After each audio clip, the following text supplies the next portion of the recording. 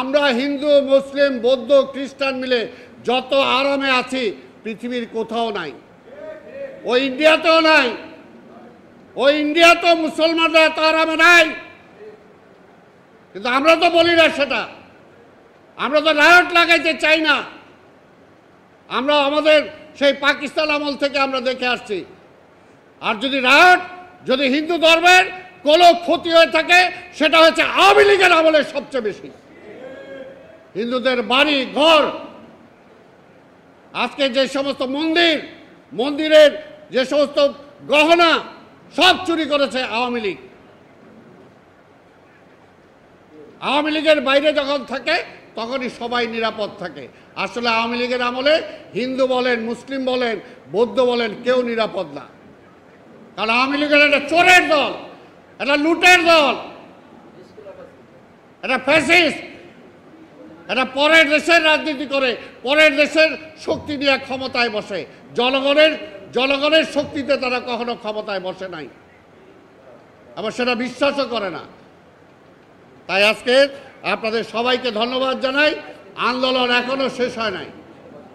যে পর্যন্ত আমরা নির্বাচন না আসবে এবং একটা গ্রহণযোগ্য নির্বাচন আমরা করতে না পারবো, আজকের এই সরকারকে বলবো, আরে ভাই আমি অন্য কিছু বলি নাই, আপনি বলেন না 6 মাস 9 মাস 1 বছর পরে নির্বাচন দিবেন, এই কাজগুলো করবেন, কেন বলতেছেন না? কেন বলতেছেন না? কারণটা কি সেটা দেন। আর যে কোনো কিছু করার আগে রাজনৈতিক দলগুলোর সাথে বসেন, বৈশা আলোচনা করে ঠিক করেন।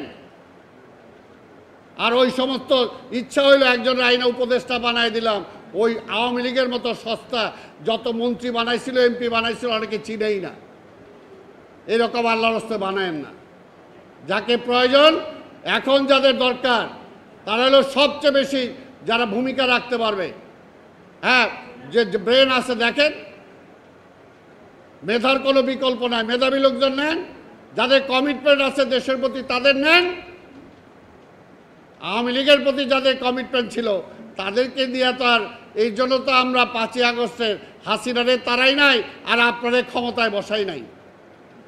আপনাদের ক্ষমতায় বসানো হয়েছে এই দেশের মানুষের ভাগ্য পরিবর্তনের জন্য, আবার মানুষের ভাগ্য ওই আওয়ামী লীগের ইসের মধ্যে গাঁট বাঁধার মধ্যে নিয়ে যাওয়ার জন্য না। এটা হলো পরিষ্কার কথা, পরিষ্কার কথা। দেশের জন্য যুদ্ধ করেছে, স্বাধীনতার পরে যখন আওয়ামী লীগ সেই যুদ্ধের স্বপ্ন বাস্তবায়িত করতে পারে নাই, আবার তার বিরুদ্ধে বিদ্রোহ করেছে। এখন এই সরকারকে, হাসিনাকে উৎখাত করে এই সরকারকে আমরা বসাইছি। আমরা চাই আপনি ঠিক মতো সব কিছু করেন, নাহলে কিন্তু সব কিছুই মনে রাখবেন জবাবদিহিতার বাইরে কেউ নাই। সময় আছে, আমরা সময় দিতে চাই। আমরা চাই না এই সরকার ব্যর্থ হোক। এই সরকার ব্যর্থ হলে দেশ অন্ধকারের দিকে চলে যাবে, এর জন্যই আমরা সেটা চাই না। আমরা চাই আপনি সার্থক হন।